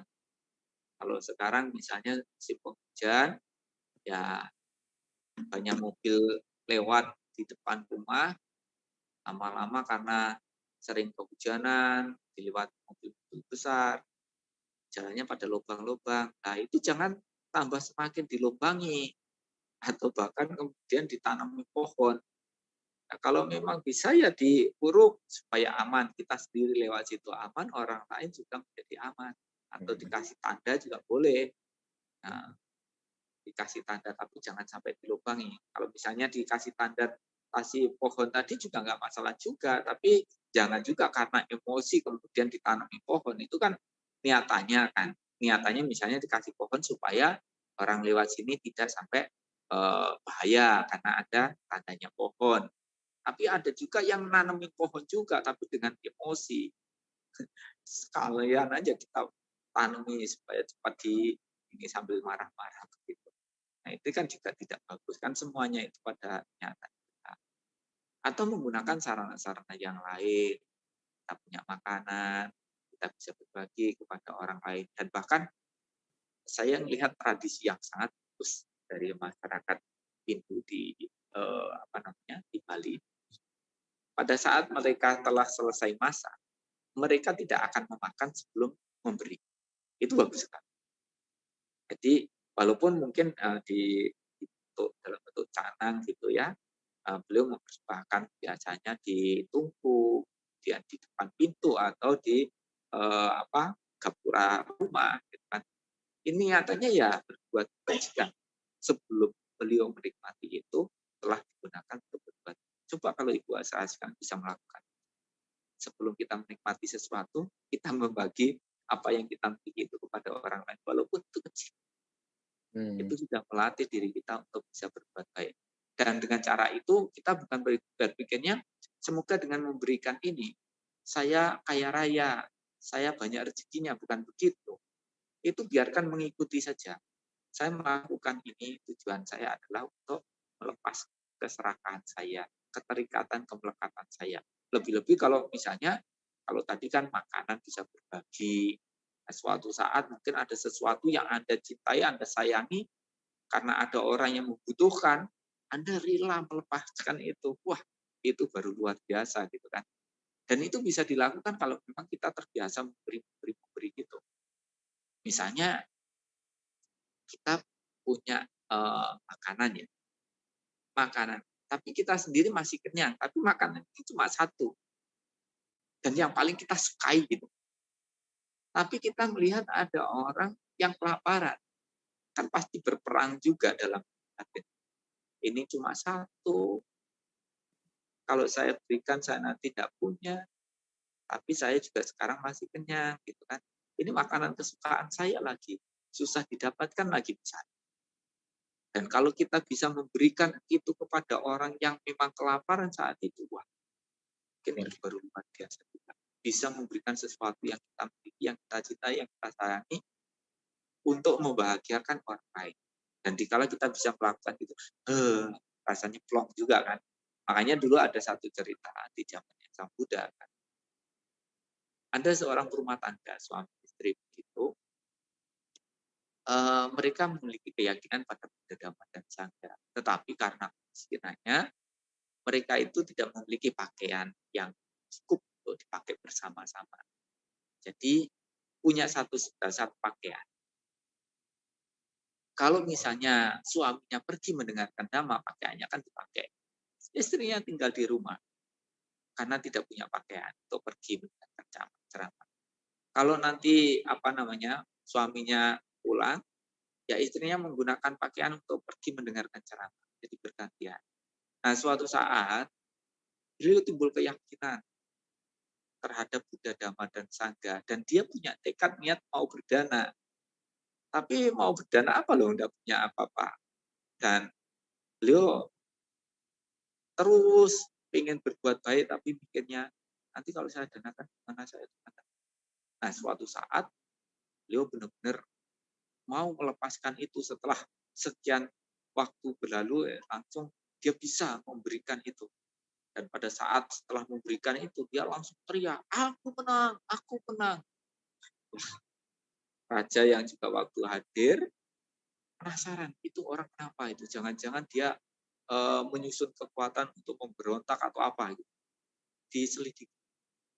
Begitu diselidiki, ternyata dia telah memenangkan pertempuran di dalam dirinya antara ingin melepaskan dan juga antara kepemilikan. Akhirnya sang raja dengan apa yang dilakukan oleh si perumah tangga tadi, memberi pada perumah tangga tadi. Tapi apa yang diberikan oleh raja dipersembahkan ke sangga, diberi lagi dikasihkan ke sangga, sampai berkali-kali diberikan itu, sampai akhirnya ya beliau hanya mengambil separuh dari apa yang diberikan sang raja, dan separuhnya lagi dikatakan kepada sangga. Jadi pada saat Ibu Wasrasi bisa melepaskan apa yang memang dicintai, yang disayang, untuk manfaat bagi banyak orang atau kepada orang yang membutuhkan, beberapa sudah sekalian berarti menjadi seorang pemenang. Dan itu saya rasa gampang juga, tapi buat saya kan pasti bisa melakukan itu dikala sudah belajar untuk memberi. Karena yang harus diingat, apapun yang kita miliki, apapun yang kita cintai, yang kita sayangi, entah itu orang atau barang, cepat atau lambat, semuanya akan kita tinggalkan. Akan rusak, akan kita tinggalkan, atau kita yang akan meninggalkan semuanya. Itu pasti. Mau tidak mau itu akan terjadi. Maka kalau kita sudah belajar begitu, saya rasa pada saat Ibu Wasrasi sedang meninggalkan itu semua, Ibu Wasrasi tidak ada kekhawatiran, tidak ada keterikatan, pemelekatan yang mengakibatkan begitu meninggal dunia nempel lagi ke sana. Lahirnya di situ, nempel di situ gitu kan. Tidak sampai terjadi seperti itu karena sudah belajar melepas. Ya sudahlah, selama ini dalam hidup saya sudah saya akan manfaatkan sebaik-baiknya untuk berbuat baik semampu saya. Jadi kalau beliau mengingat itu, happy dan lebih bahagia lagi, ternyata kebajikan-kebajikannya ini mengondisikan beliau terlahir di alam yang bahagia. Begitu ya. Terima kasih. Ya, baik, semoga menjawab dan uraian yang dijelaskan oleh Bante. Pertanyaan lagi, Bante. Cukup panjang nih pertanyaannya, Bante. Diri sendiri adalah pusat segalanya. Bagaimana agar tidak jenuh berbuat baik? Soalnya orang hanya datang sekali dua kali, berdana sekali dua kali, menjaga sila sesaat saja, tetapi belum bisa konsisten terus-menerus. Mohon tipsnya, Bante. Ya, jadi Ibu acara sekalian, setiap hari, setiap waktu, setiap saat, kita itu selalu menanam sebab-sebab baru menanam karma-karma baru. Saat ini pun kita juga menanam. Saat yang kita jalan-jalan ini selalu menanam dan terus menanam. Nah, kita berupaya untuk selalu memiliki kesadaran untuk menanam hal yang baik. Orang yang terbiasa melakukan kebaikan akan mudah untuk berbuat kebaikan dan sulit untuk melakukan keburukan. Karena memang hidup dari sebuah kebiasaan. Tapi bagi orang yang terbiasa berbuat buruk, dan berbuat buruk, ya akan sulit untuk melakukan perbuatan-perbuatan baik walaupun kebaikannya itu akan membawa manfaat kebahagiaan bagi hidupnya. Tapi Ibu Azra sekalian yang harus kita juga lakukan di situ membiasakan diri. Sama seperti hanya kita melihat ya saudara-saudara kita yang beragama Muslim. Beliau dalam satu hari itu bisa 5 kali sembahyang. Nah, cobalah kita itu juga melatih diri. Nanti melalui media Zoom yang kita pakai ini, mengajak juga pagi, sore untuk chanting, meditasi, pagi, sore. Tapi ya yang itu tidak banyak. Walaupun di grupnya CPS itu penghuninya ratusan, ternyata yang ikut itu ya tidak lebih dari 20 sampai 30, kecuali mungkin ada kegiatan besar misalnya Patigana mungkin baru banyak. Tapi ya kebanyakan ya 20-30 orang begitu. Padahal kita sedang mengupayakan mengajak semuanya untuk memanfaatkan waktu pagi-pagi setelah bangun pagi sebelum kita beraktivitas, sebelum kita berbicara apapun, kita sudah mengucapkan suara arahang sama sambudo bagawa. Itu rasanya kata-kata yang luar biasa. Pagi-pagi sebelum mengucapkan apapun. Sebelum melakukan apapun, kita bersikap anjali, kita bernama sakara. Dengan pikiran, ucapan, perilaku saya menghormat Buddha, saya menghormat Dhamma, saya menghormat Sangha. Awal hari yang sangat besar. Dan setelah kita menjalani sepanjang hari dengan berupaya berpegang teguh pada Dhamma, sore hari kita juga tutup hari itu dengan baca parita, bermeditasi, melakukan pelimpah jasa kepada leluhur-leluhurnya. Semoga jasa-jasa kebajikan yang saya lakukan sepanjang hari ini melimpah kepada leluhur saya, baik yang saya kenal ataupun yang tidak saya kenal, dan harapan mereka semuanya berbahagia. Mungkin awal-awalnya susah, harus bangun pagi gitu kan. Tapi pakai alarm. Mungkin lama-lama tidak perlu alarm juga. Karena sudah mulai terbiasa jam segitu bangun, ya tidak pakai alarm pun sudah bangun. Misalnya kita mau bangun jam 4, awal-awalnya susah gitu kan. Pakai alarm jam 4 ini kan.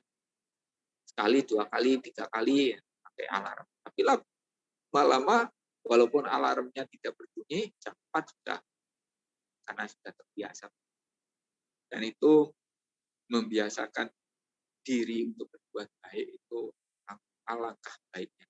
Sangat-sangat baik sekali. Ya, supaya waktu kehidupan kita tetap penuh dengan nilai-nilai kebajikan. Jadikanlah kebajikan itu sebagai nafas dari kehidupan kita. Dan memang kalau kita terjadi apapun di dalam diri kita, kerjaan lancar, untung, ya banyak orderan, semua permasalahan tidak ada, semua baik-baik saja, ya kita bisa baca parita, meditasi, menjalankan sila, kita bisa berbuat baik begini dan begitu. Bisa menjalankan sila, menjalankan atas sila bisa. Tapi coba kalau sekarang usahanya lagi layu, lesu, tidak ada keuntungan, mengalami kesusahan, kesulitan, Ibu Azra sekalian mampu bertahan untuk jadi orang baik, atau bahkan Ibu Azra sekalian sudah berbuat baik, tapi dihina, dicaci maki, difitnah, mampu bertahan untuk jadi orang baik tidak. Kalau misalnya Ibu Azra sekalian tetap konsisten menjadi orang yang baik, nah berarti Ibu Azra sekalian kualitasnya baik. Cara saya Ibu Azra sekalian menjadi seseorang yang telah mencapai pemasuk arus kebajikan yang tidak lagi punya pikiran mau berbuat buruk atau balas keburukan-keburukan. Ya, tidak ada waktu, tidak ada kesempatan untuk berbuat buruk lagi. Ya pikirnya begitu. Saya tidak ada kesempatan untuk memikirkan itu dan tidak ada waktu untuk membalas hal-hal yang buruk. Saya hanya fokus untuk bagaimana saya bertahan di dalam kebajikan dan terus berbuat kebajikan. Saya rasa seperti itu. Terima kasih. Baik, terima kasih. Semoga menjawab pertanyaan dari Bapak. Ya. Pertanyaan selanjutnya, Bante. Wah, ini pertanyaannya singkat, tapi seperti penjabarannya panjang nih, Bante. Bante izin bertanya, apa kebajikan termudah dan termulia? Dan kapan waktu yang tepat untuk berbuat baik? Demikian, Bante. Baik. Yang termudah, yang termulia, dan tergampang, tidak memerlukan apapun dan tidak perlu pergi kemanapun, tidak mengeluarkan anggaran apapun, saya rasa semua para bukti juga akan menjawab bahwa milikilah kesadaran setiap waktu, setiap saat. Sudah. Itu adalah yang terbaik, yang terluhur, termulia, karena dengan cara seperti itu tidak ada kotoran batin apapun muncul dalam diri Ibu Asra sekali. Ingat, kewaspadaan adalah jalan menuju kekekalan, kelengahan adalah jalan menuju kematian. Selalu sadar, selama kita masih sadar, kita tenang, kita damai, kita bahagia, tapi dikala Ibu Asra yang sudah tidak sadar, lengah, maka semuanya itu akan berubah dengan kekhawatiran, ketakutan, kecemasan. Makanya kalau ada orang mengatakan, saya mau berbuat baik, saya tidak punya ini, tidak punya itu, nah, berarti pandangan pikirannya masih sangat rendah sekali tentang agama ini. Karena orang berbuat baik tidak harus selalu menggunakan materi, tidak harus menggunakan dana, dan kalaupun berdana tidak harus menggunakan materi, bisa menggunakan tenaganya, pengetahuannya, keterampilannya, waktunya, atau bisa berbuat kebajikan lebih daripada itu adalah dengan menjalankan sila atau dengan melaksanakan meditasi. Meditasi itu tidak harus duduk kapan aja, di mana saja. Sadar itu sudah meditasi. Sadar itu artinya mengetahui, melihat, menyadari apa yang sedang saat ini dipikirkan, apa yang saat ini sedang diucapkan, apa yang saat ini sedang dilakukan. Sadar setiap hari, setiap waktu, setiap saat. Maka itulah jalan untuk pada meditasi. Begitu. Terima kasih.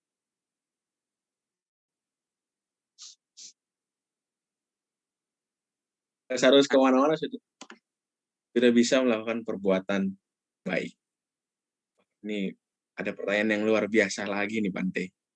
Bante, bagaimana menerapkan apamadena sampagita? Segala sesuatu yang kondisi akan mengalami kehancuran nih. Dalam kehidupan sehari-hari, Bante. Pertanyaan yang begitu luar biasa. Bagaimana menerapkan apamadena sampadeta dalam kehidupan sehari-hari? Ya, jadi semuanya ini kan perlu proses ya. Jadi dari hal yang kecil dulu lah. Pada saatnya, pada waktunya kita pada ujungnya itu akan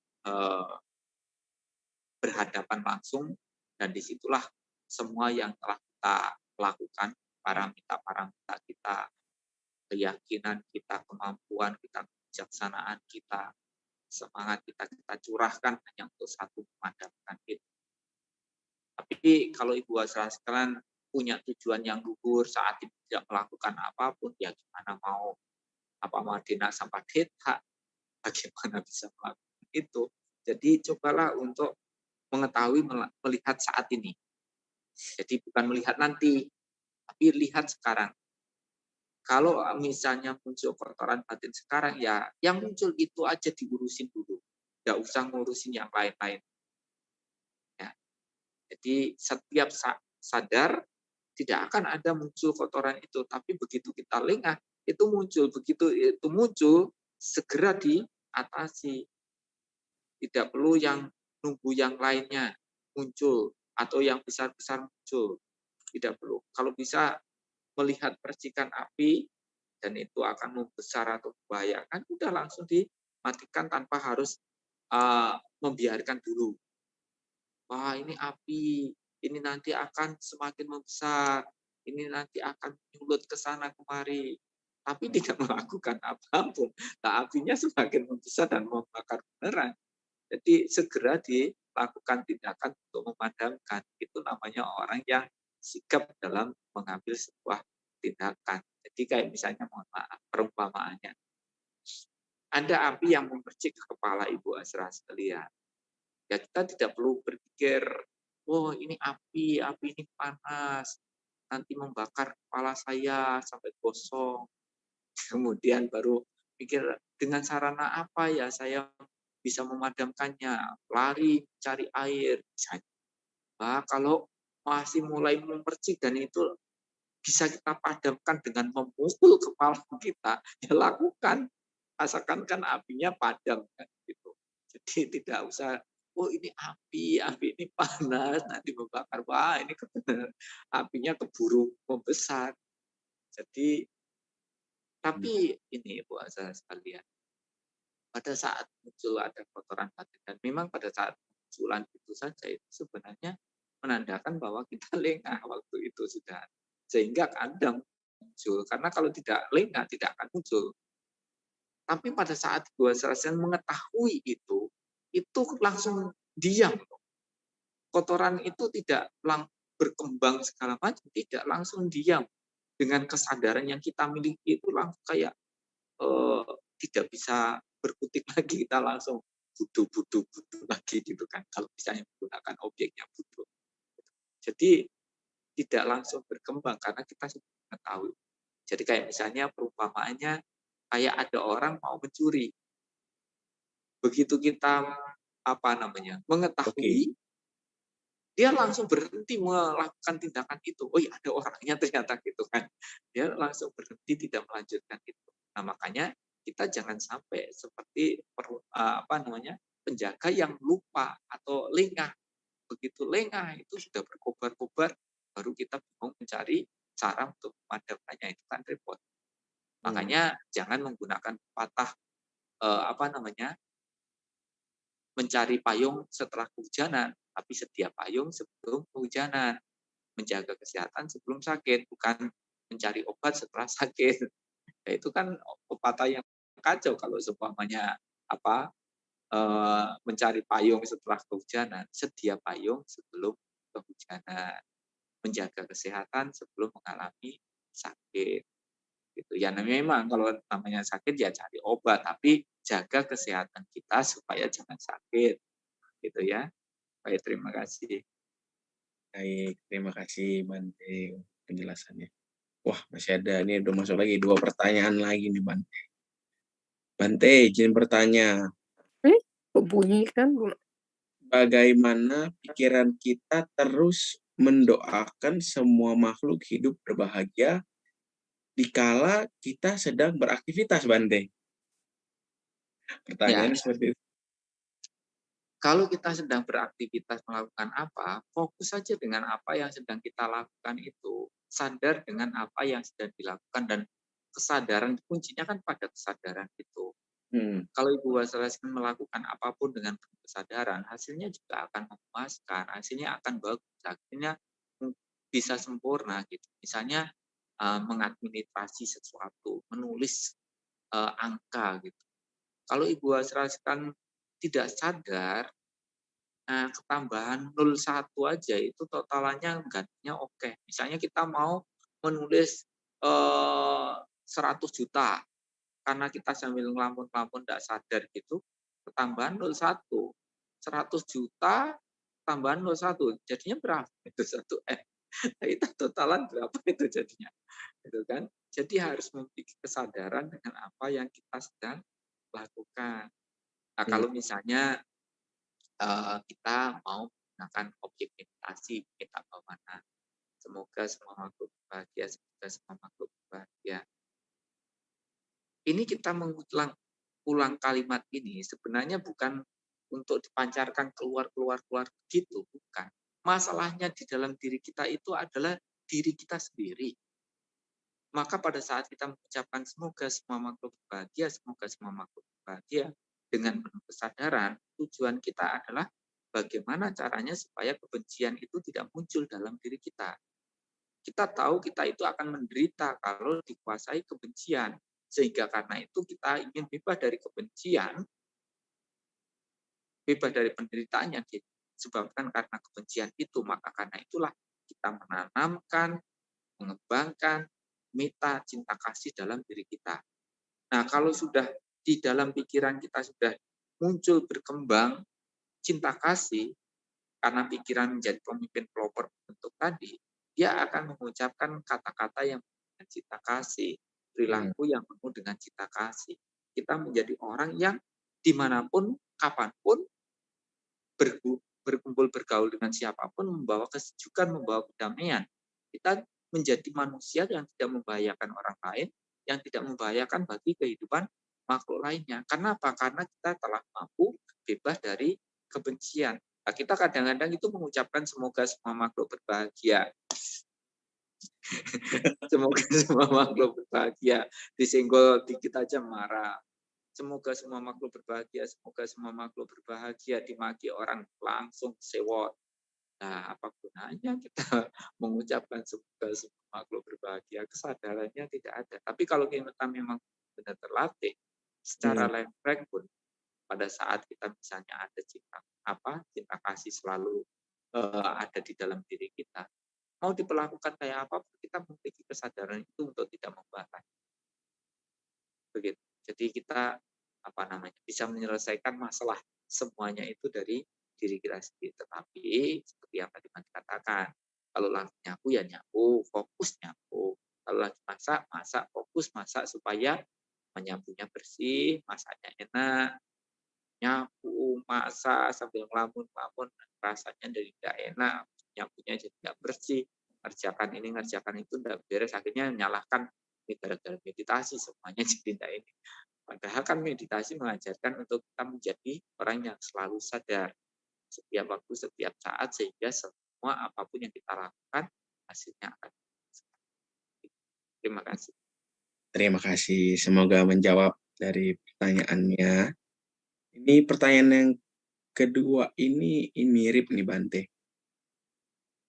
Bante izin bertanya, apakah boleh mengulang Namo Tassa Bhagavato Arahato Sama Sambuddhassa terus-menerus sepanjang perjalanan atau sepanjang hari saat beraktivitas, Bante? Mirip-mirip nih pertanyaannya. Ya, boleh, silakan saja. Silakan mau butuh-butuh semoga semua makhluk berbahagia juga boleh, mau Budang Damang Sanggang Sarana Gajami, Budang Damang Sanggang Sarana Gajami, boleh, silakan saja. Boleh, Di dalam ajaran Buddha ini sebenarnya tidak pernah melarang apapun, Ibu Aslan sekalian. Tapi kita harus tahu konsekuensi yang harus kita terima dikala kita melakukan perbuatan apapun. Sang Buddha pernah melarang kita berbuat jahat? Enggak. Silakan aja, tapi kita konsekuensinya mau enggak gitu kan. Kalau konsekuensinya enggak mau, akibatnya enggak mau, ya jangan melakukan itu. Ya. Jadi beliau tidak pernah melarang, silakan aja. Tapi yang diajarkan, ini loh, kalau kita berbuat baik, akibatnya bahagia. Kalau kita berbuat buruk, akibatnya menderita. Kalau ingat kita telah berbuat buruk, pasti tertekan, tersiksa, menderita. Lebih-lebih kalau berbuah penderitaan akan semakin menderita. Kita tahu konsekuensi itu dijelaskan sejelas-jelasnya. Kalau nanti setelah meninggal dunia, kita nanti bisa terlahir di alam peta, asura, atau neraka akibat dari perbuatan buruk itu. Itu konsekuensi dari akibat perbuatan buruk. Kita siap tidak menerima itu. Makanya saya rasa kalau ada orang yang benar mengerti, memahami tentang hukum karma, dia tidak akan berani melakukan keburukan walaupun sekecil apapun, karena ya itu akan menimbulkan penderitaan. Lebih-lebih kalau membiasakan diri berbuat buruk, dia tidak akan berani melakukan itu. Ya, jadi mau mengucapkan apapun yang membuat kita selalu sadar, boleh selalu ingat pada sifat-sifat luhur Buddha, Dhamma, Sangha, Namo Tassa Bhagavato Arahato Sama Sambuddhassa, atau melafalkan Buddha, Dhamma, Sangha, Sati juga boleh. Atau menyebutkan semoga semua makhluk berbahagia juga boleh. Atau hanya butuh-butuh saja juga boleh. Atau hanya mengamati napas masuk, napas keluar saja juga boleh. Kan banyak objek-objek meditasi yang memang bisa digunakan untuk supaya pikiran kita bisa fokus dan bisa tenang. Terima kasih. Tapi tetap konsentrasinya ya Bante, tetap terjaga ya Bante. Baik Bante, sekarang mungkin saya izin bertanya Bante. Bante, kita tahu Bante, kadang-kadang diri kita sendiri adalah sebenarnya apa ya, jadi musuh kita sendiri Bante, enemy bagi diri kita sendiri. Misalnya apa tadi Bante kan menjelaskan tuh pagi-pagi dibuka mungkin dengan kita membacakan parita ya kan. Terus nanti di akhir setelah kita mungkin habis rutinitas, kita juga menutupi dengan baca parita atau mungkin dengan meditasi. Nah, kadang-kadang niat sama apa yang dilakukan itu kadang-kadang beda Bante. Kadang-kadang niatnya ada tapi terkonversi jadi kegiatannya enggak, atau kadang-kadang kita udah pengen nih tapi niatnya enggak ada Bante. Kira-kira tipsnya bagaimana ya Bante untuk kita jadi bisa nih menang lawan diri kita sendiri nih Bante? Terima kasih Ya, Bante, itu pertanyaan saya Bante. ya eh, belakangan ini ya memang juga Bante salut sebenarnya pada orang-orang yang konsisten dalam melakukan itu. Jadi makanya ya walaupun yang ikut tidak banyak, tapi saya melihat mereka orang-orang yang konsisten di dalam melakukan itu. Dan mereka bukan orang yang ngangguran, tapi juga orang-orang yang sibuk. Tapi sesibuk-sibuknya mereka dalam mengurusi dunia ini, tapi masih bisa meluangkan waktu ngurusin rohaninya. Dan itu yang membuat saya benar-benar salut kepada tidak banyak orang itu. Harus bangun pagi-pagi. Memang kan kalau misalnya capek kerja gitu mau bangun pagi jangan juga males lebih-lebih kalau dipengaruhi cuaca musim-musim hujan kayak gini kan. Wah, ini hujan dingin nanti aja, kalau sudah agak siangan ternyata kesiangan lagi. Banti juga pernah merasakan itu juga, sama Nera juga pernah merasakan juga begitu. Begitu bangun pagi kepagian, karena tidak segera berdiri dan melangkah ke masalah, ngomong bentar lagi lah, sebentar lagi, tidur lagi. Begitu tidur lagi nanti bangunnya pasti sudah kelewatan. Lebih dari jam 5. Gitu kan. Makanya begitu kita sudah bangun, jangan membiarkan untuk muncul pagi, ini masih terlalu pagi, masih terlalu dingin atau apa. Waktunya bangun-bangun, dan kemudian kalau memang masih ngantuk ya juga supaya ngantuknya hilang. Selesai itu baru beda masalah, ya baiklah meditasi. Jadi tidak menunda-nunda, setiap waktu ada kesempatan segera melakukan. Dan itu memang tidak gampang juga. Di puasa misalnya sore, sudah sore gitu kan. Kita mikirnya sudah sore nanti malam aja, nanggung kan. Kalau sudah sore itu kan nanggung, masih kerjakan ini, ngerjakan itu. Kalau nanti malam kan semuanya udah dikerjakan dan mungkin bisa lebih fokus karena sudah beres semua. Tapi nanti begitu sudah malam kan alasannya menjadi berbeda. Hari ini sudah banyak kegiatan, capek, ngurusin ini, ngurusin itu. Besok pagi aja lah saya bangun pagi, chanting, meditasi. Seperti yang dikatakan nanti. Apakah besok pagi bangun pagi? Tidak mungkin juga. Dia pasti akan mikirnya juga, nanti aja kalau sudah siangan dikit aja, tak istirahat lagi. Dan akhirnya hari demi hari itu dengan banyak alasan, tapi tidak melakukan apa-apa. Jadi ya memang karena cuaca lah, karena panas, hujan, dingin, atau ngantuk, atau karena faktor-faktor lain, sibuk, capek, atau ada acara yang bagus, ada acara yang penting, ada acara di TV, nanti kalau meditasi enggak, sinetron yang saya tonton enggak nyambung ceritanya, akhirnya tidak melakukan apapun. Hari ini ada sepak bola, hari ini ada pertunjukan ini. Ya kita harus tahu lah mana yang terpenting dari semua hal yang penting. Jadi yang tidak penting disingkirkan, lakukan yang penting-penting. Tapi dari semua yang penting-penting tadi pasti ada yang terpenting. Dan itu yang harusnya kita lakukan. Tapi menurut nanti sendiri ya, dari semua urusan duniawi ini yang terpenting di dalam hidup kita ini adalah ngurusin batin kita. Itu yang terpenting. Kenapa? Karena kalau batin kita ini tidak diurusi, penyakit yang ada di dalam batin ini tidak disembuhkan dengan agama ajaran Buddha ini, ya kita nanti akan mengalami kelahiran dan kematian. Kalau ditanya Ibu Asra sudah capek kan? Nggak bosan, lahir, tua, mati, lahir, sakit, tua, mati, lahir, mati, lahir, mati. Kalau melihat seperti itu, capek enggak sih? Bosan enggak sih? Ya mungkin kalau sudah mengetahui melihat itu capek juga berarti lahir mati. Nanti kalau sudah lahir nanti menderita karena ini, karena itu, karena itu, gitu kan. Ya, kalau sudah mengetahui itu timbul kebosanan, timbul capek, mengalami kelahiran kematian, ya dari itulah Ibu Wasalka akan berjuang untuk membebaskan diri dari kelahiran kematian. Tapi selama Ibu Wasalka tidak menyadari itu, tidak melihat itu, tidak punya rasa kebosanan itu, Ibu Wasalka tetap aja tidak mau ngurusin batinnya. Yang lebih penting kan ngurusin kerjaan, Bante, yang penting saya dapat cuan, yang penting saya raya, yang penting saya punya cita-cita bisa tercapai, jadi orang kaya, jadi orang sukses, jadi pejabat. Ya, akhirnya hal yang terpenting menjadi tidak terperhatikan. Hanya karena menganggap yang tidak penting dianggap penting. Dan yang terpenting malah tersingkir. Baik, terima kasih. Terima kasih Bante atas jawabannya. Mungkin ini satu pertanyaan terakhir Bante. Di Zoom ada yang bertanya. Bante izin bertanya, kenapa seseorang kadang memiliki banyak cobaan hidup dan perjalanan hidup tidak berjalan mulus? Apa karena kurang melakukan kebaikan? Terima kasih. Ya, tanya soal itu Bante. Ya, Ibu Wasalka semuanya juga pasti mengalami kehidupan seperti itu.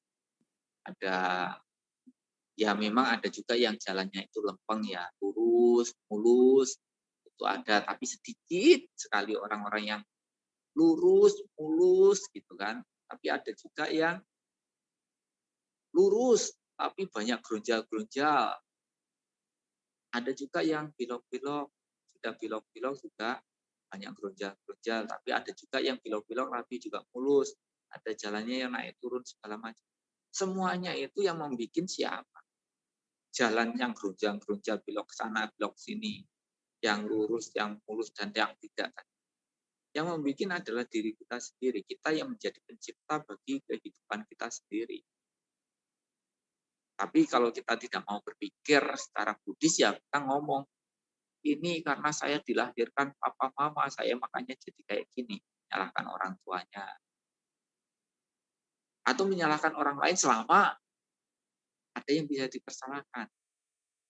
Atau kalau tidak begitu ya kita ngomongnya bahwa ini adalah ujian, ini adalah cobaan, dan yang Maha Kuasa tidak akan mencoba ciptaannya di luar batas kemampuannya.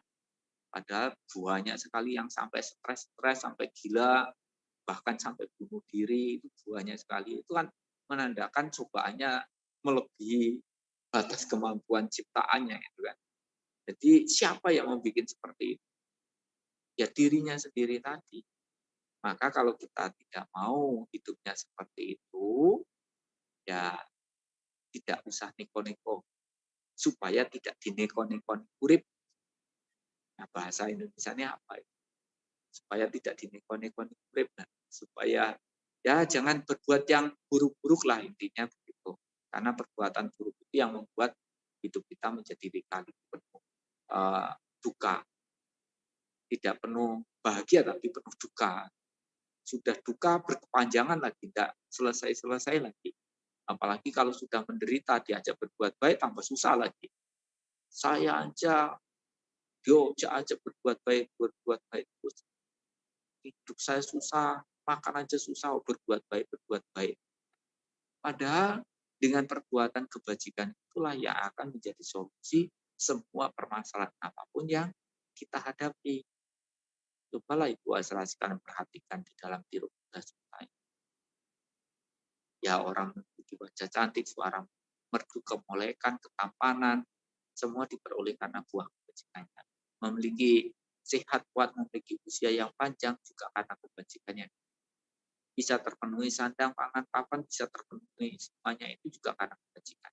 Bisa terlahir di dalam keluarga yang baik, lingkungan yang baik, saudara yang baik, dapat pasangan hidup yang baik, anak yang baik, semuanya juga karena kita punya kebajikan. Bahkan usaha kita pun bisa memperoleh kemajuan, kelancaran, kesuksesan, itu juga karena kebajikan. Nah, beberapa waktu yang lalu ada satu cerita di masa-masa pandemi. Semua orang mengalami kesusahan, kesulitan, dan juga pengusaha juga kerepotan juga karena usahanya mengalami gangguan juga karena pandemi, kan. Efek-efek dari pandemi yang mulai terasa gitu kan. Tapi ada seorang saya yang Bante kenal, di mana selama ini beliau ya Bante sampaikan dana selalu mendukung kegiatan-kegiatan pembinaan Bante ya di daerah-daerah, di desa-desa. Nah, beliau bilang, Bante, walaupun kondisinya seperti ini, usaha saya masih ada aman lah, maksudnya stabil, gitu. Tidak terganggu dengan pandemi. Nah, itu kalau dipikir-pikir itu kan karena kebajikan yang dia lakukan. Dan Bante juga pada beliaunya sarankan, berbuatlah kebajikan kepada sangga. Berdana sedikit apapun, berdananya kepada sangga. Mungkin yang terima hanya saya, tapi itu bukan milik saya, kan niatnya berdana kepada sangga. Jadi siapapun bikunya bisa menggunakan itu, silakan saja. Seperti itu. Jadi saya sendiri juga merasa tidak memiliki apapun, nah, orang itu juga usahanya bisa kuat, kokoh, bertahan, mapan, karena kebajikan yang besar dia lakukan. Seperti itu. Dan kemarin juga ada satu lagi cerita di daerah Pesanggaran. Dulu ada seorang bapak-bapak itu keras, kaku. Kemudian suatu saat dia itu dibilangi kena jantung, harus dipasang ring. Kemudian suatu saat sama saya, ya saya tidak tahu kalau dia itu kena serangan jantung, itu tidak tahu. Cuma saya ngajak bapak saudara sekalian yang fatwa di sana untuk membaca Buddha Nusati. Kadang-kadang bilang untuk baca Ratana Sutta. Nah, kalau masa pandemi kemarin itu. Kalau yang sakit baca Buddha Nusati lah, sebanyak usianya ditambah 1. Dan ternyata si bapak ini lakukan itu. Dulunya awalnya itu harus dipasang ring katanya. Tapi setelah dia lakukan pembacaan Parita Buddha Nusati, sebanyak usianya ditambah 1 tadi, dia bilang, saya sembuh, saya siap kalau kapan aja mau dijadikan untuk jadi kesaksian. Jadi beliau cerita saudara seperti itu. Artinya kalau ada puja yang kita lakukan dengan penuh keyakinan, maka di situ ada keajaiban. Makanya Ibu Asra sekalian, kalau kita memuja pada Buddha Dhamma Sangha, itu kan kalau sebagai umat Buddha adalah penghormatan kepada yang terbaik. Dengan cara kita yang terbaik, sarana-sarana yang terbaik, maka hasil yang terbaik pula yang akan kita lakukanlah dengan keyakinan. Dan dengan itu akan muncul keajaiban-keajaiban, mujizat-mujizat yang terkadang sesungguhnya tidak ada yang mujizat itu biasa-biasa aja. Mujizat itu karena kita tidak tahu. Kalau sudah tahu ya sebenarnya biasa, bukan mujizat. Ya, baik, terima kasih untuk pertanyaan-pertanyaannya. Bante, maaf Bante, ini ada satu lagi Bante yang dari tadi mendengarkan dari awal Bante, dari Ibu Susanti Chong Bante ya. Bante izin tanya, jika berdana dengan menunjukkan pikiran dan niat kita pada sangha, walaupun yang menerima hanya 1 biku, apa itu termasuk dalam sangha dana, Bante? Tanyanya seperti itu, Bante. Ya, kan niatannya itu kepada sangga, bukan berdana kepada 1 biku. Jadi karena di Indonesia ini memang jumlahnya tidak banyak, jumlah para bantenya, sehingga kalau mau mengumpulkan jumlah banyak itu kan susah, ya kan? Maka karena itulah saya sampaikan untuk berdana kepada sangga. Walaupun yang menerima 1 biku, tapi itu miliknya bukan milik biku, tapi miliknya sangga. Siapapun yang menjadi biku, siapapun anggota sangganya, bisa memiliki, bisa menggunakan, bisa memanfaatkan itu. Dan bahkan kadang-kadang kalau ada Bante datang, ya saya sampaikan, para Bante silakan ini semuanya dipakai karena ini diperdanakan oleh umat untuk sangga. Tapi kalau umat itu ngeyel, nggak apa-apa Bante, saya mau berdana kepada Bante saja misalnya. Nah itu menjadi milik pribadi saya. Kalau ada biku mau menggunakan ya harus izin saya. Nah kalau sudah menjadi milik saya, mau saya pakai sila, ya itu terserah saya, enggak saya pakai juga terserah saya. Saya mau kasihkan orang yang lain juga terserah saya, karena kan sudah menjadi milik saya. Tapi kalau saya sampaikan untuk berdana kepada sangga, ya yang saya terima ini memang saya sendiri yang terima, tapi kan bukan milik saya, itu miliknya sangga. Makanya ya selama ini saya tetap merasa kaya karena saya tidak punya apa-apa, dan itulah yang saya punya. Happy kan saya tidak ada kekhawatiran, takut kecemasan, takut hilang, takut rusak segala macam. Loh memang tidak punya apa-apa, mau khawatir takut cemas apa coba? Iya. Ya. Oke, semoga menjawab ya, Susanti. Ya, Bante boleh closing statement Bante mengenai pembahasan kita pada malam hari ini. Bante, silakan Bante closing statement. Baik, Bu Asra sekalian, sumber permasalahannya ada di dalam diri kita sendiri. Bahagia menderitanya hidup kita juga karena diri kita sendiri. Mau surga nerakanya kita juga karena perbuatan-perbuatan kita sendiri. Mau bebas atau tidak bebasnya kita dari penderitaan, dari kelahiran dan kematian, semuanya juga karena diri kita sendiri. Maka karena itu, kehidupan yang kita jalani yang tidak mudah untuk kita dapatkan, di mana kita lahir sebagai manusia dan ketemu dengan ajaran Buddha, jangan disia-siakan. Mari kita gunakan, mari kita manfaatkan setiap hari, setiap waktu, setiap saat untuk melakukan yang terbaik sesuai dengan tingkat keyakinan, tingkat kebijaksanaan, dan kemampuan yang kita masing-masing. Karena seseorang akan selalu hidup selama karya-karyanya ini bisa digunakan, dimanfaatkan bagi banyak orang. Tetapi kalau kita tidak ada karya, tidak ada nilai-nilai kebajikan yang kita tinggalkan, begitu kita meninggal dunia akan segera dilupakan. Karya-karya itulah yang akan mengabadikan nama Ibu Asra sekalian. Dan banyak nama-nama tempat itu diambil orang-orang dari nama-nama orang-orang yang sangat berjasa. Kita mengenal ada Bandara Soekarno-Hatta, Bandara Juanda, Jalan Ahmad Yani, Jalan S. Rasman, Jalan R.A. Kartini, dan lain sebagainya. Semuanya itu adalah nama-nama orang yang berjasa. Maka karena itu, mari kita semuanya, kalau ada pepatah mengatakan gajah mati meninggalkan bening, harimau mati meninggalkan belang, mari kita semua, kalaupun meninggalnya, telah meninggalkan karya-karya kebajikan. Terima kasih untuk waktu kesempatan yang diberikan kepada Bante malam hari ini. Semoga Ibu Asra bisa menghargai waktu dalam kehidupannya, terus berupaya untuk menyempurnakan paramita, untuk kita mampu realisasi kebahagiaan tertinggi di mana. Nanti akan blessing sebelum di Bante pamit ya. Silakan sekarang konsentrasi, bertekad, beraditana.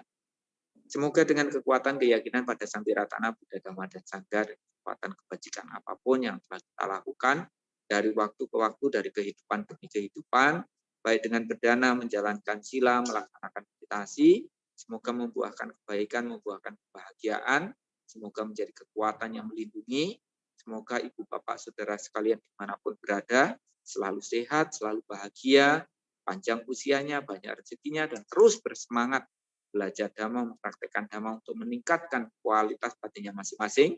Semoga kebajikan ini dapat mewujudkan rasa hormat baktinya pada orang tua, bakti pada guru, dan juga semoga bakti pada orang-orang yang berjasa dalam hidup kita. Semoga jasa-jasa kebajikan ini melimpah kepada leluhur-leluhur kita, baik yang kita kenal ataupun yang tidak kita kenal.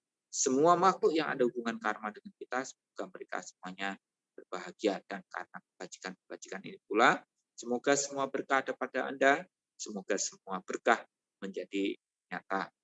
Punya sidani kata nyani kata nime te sanca bagino hontu satanata pawanaka ye biya gunawatan cak mayang mata pita dayo kita mecapya ditawa anye majata werino sata ditanti lokas ming te buma catuyonika panje kaca tuwo kara sangsaran tabawa bawe nyatang ye pati danami anumo dan tute sayang ye cimang napa jananti dewa te sang niwedayo maya dinana punyanang anumo dana hituna sabe sata sadahon tu awera sukajiwino kema padan capaponto desa sa si jantang subha bawatu sabha manggalang ragantu sabha dewata sabha budan bawena sabha dhamma bawena sabha sangga bawena sadha soti awantu te. Sadu, sadu, sadu. Baiklah, Bapak Ibu Saudara-saudara sekalian, mari kita bersama-sama beranjali. Kita mengucapkan terima kasih atas wejangan Dhamma yang telah dibabarkan oleh Yang Mulia Bante Tejabunyo. Dengan bersama-sama kita mengucapkan Okasa Wandami Bante. Tiada perlindungan lain bagi kita, Buddha, Dhamma, Sangha pelindung kita. Berkat kebenaran pernyataan ini, semoga Anda semua selamat, sejahtera, dan selalu berbahagia. Sadu, sadu, sadu. Ya, Bapak Ibu, saudara-saudari sedama, tak terasa kita telah memasuki penghujung acara di malam hari ini. Saya akan menutup acara pada malam hari ini dengan pembacaan Parita Nama Karapata. Bapak dan Ibu bisa ambil sikap. Arahang Samma Sambuddho Bhagawa Buddhang Bhagawantang Abhiwademi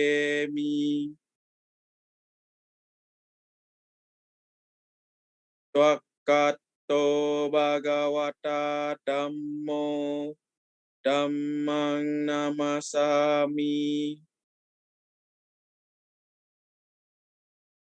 Supatipanno Bhagavato Sawaka Sanggo Sanggang Namami.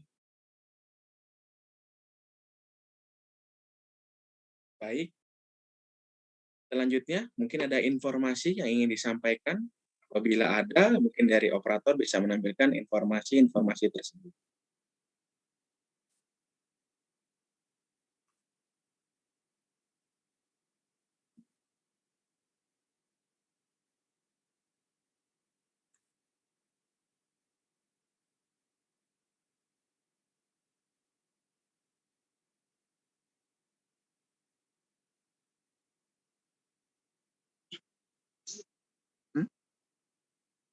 Baik.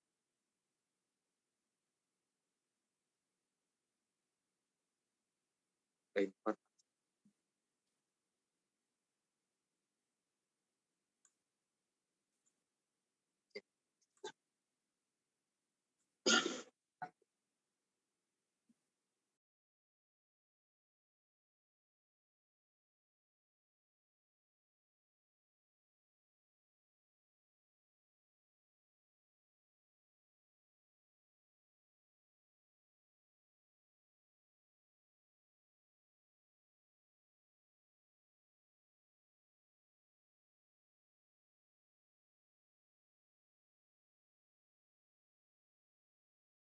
Ya, terima kasih kepada operator yang telah menampilkan informasi-informasinya. Baiklah, Bapak Ibu, seperti saya bilang, kita sudah berada di akhir acara. Terima kasih kepada Bapak Ibu, saudara-saudari sedama yang telah mengikuti acara Sendama pada malam hari ini. Semoga kita semua selalu sejahtera, Uda nubawena soti hontu. Selamat malam, selamat beristirahat. Terima kasih.